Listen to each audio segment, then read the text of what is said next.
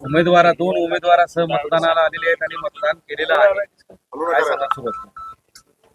महानगरपालिकेच्या निवडणुकीमध्ये आज खऱ्या अर्थानं मतदार आपलं मत नोंदवतोय. या महानगरपालिकेचे सेवक कसे असावेत याचा निर्णय आज मतदार घेणार आहे.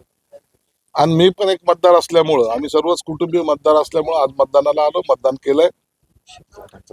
निश्चितच या महानगरपालिकेमध्ये जे नगरसेवक निवडून जातील त्यांच्याकडून चांगल्या पद्धतीचं कामकाज करून घेणं ही माझी जबाबदारी राहणार आहे.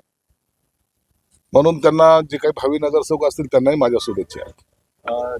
गेल्या 2-3 तासामध्ये शहरातल्या मतदान केंद्रावर बिघाड दिसून आलेली आहे. जवळपास 6 मतदान केंद्र बिघडलेले आहेत. एवढे दिवस ही सगळी यंत्रणा काम करत होती आणि मतदानाच्याच दिवशी मतदारांच्या समोर अडचण आलेली आहे. जनरली इतक्या मोठ्या मशिनी वगैरे असतात, परंतु 2-4 ठिकाणी असं होतं. लोकसभेला होतं, विधानसभेला होतं, आता हे महानगरपालिकेच्या निवडणूक आहेत इथे झालं. परंतु तातडीनं मला वाटतं निवडणुकाच्या इथलचे जे काही प्रमुख आहेत त्यांनी त्यामध्ये सुधारही केलेला आहे आणि आता यंत्रणाच व्यवस्थित कामही करते. राज्यामध्ये मतदान केल्यानंतर जी बोटावर शाई लावते ती आता मार्कर पेन लावलं जात आहे आणि ती सहजपणे पुसली जाते. त्यामुळं शिवसेना आणि मनसेच्या वतीनं आक्षेप घेतलेला आहे आणि बऱ्याच ठिकाणी तसं दिसतंय. नाही, मार्कर पेनने खरं तर शाई लावणं हा मला वाटतं हे पहिल्यांदा असं घडतंय. आणि शाई हे मार्कर पेन ताबडतोब निघल्या पण जाते, हे सत्य आहे. म्हणून बहुतेक ठिकाणी नाही, परंतु काही ठिकाणी बोगस मतदान होण्याची शक्यता नाकारता येत नाही. यावर जे काही प्रतिनिधी आहेत किंवा जे काही अधिकारी आहेत ज्यांनी कडक लक्ष ठेवलं पाहिजे. आपल्या अंबादास दानवे असं म्हणाले की सत्ताधाऱ्यांकडून विशेषतः भाजपकडून रात्री पैशाचा पाऊस पाडला गेला शहरात.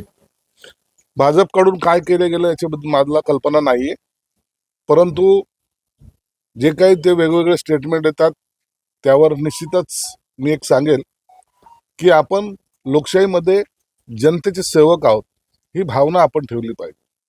काही लोक मालकाच्या भूमिकेत जे जायला लागले त्यांना जनता आपल्या आपल्या पद्धतीने, मग त्यांनी जर धडा शिकवला तर त्यावर काही गैर नाही. विरोधी पक्षाकडून असं आहे की परिवर्तनाची लढाई आहे आणि परिवर्तन 100% होणार आहे असं त्यांचा दावा आहे. परिवर्तन दरवेळेला झालंच पाहिजे. विरोधी जे आज आहेत ना तेच काही काळपूर्वी ते बाकावर होते आणि शहराचा झालेला भकास विकास याचा आता परिवर्तन करण्याची वेळ आलेली. शहर आता गतीने पुढे जाईल एवढं मात्र निश्चित आहे.